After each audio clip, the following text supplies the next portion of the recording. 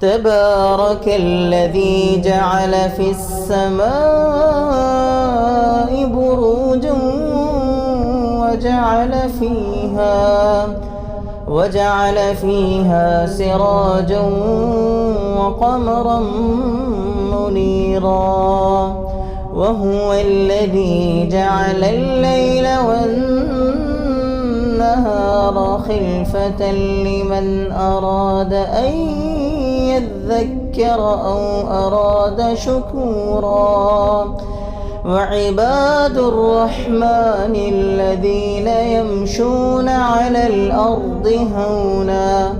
وإذا خاطبهم الجاهلون قالوا سلاما والذين يبيتون لربهم سجدا وقياما.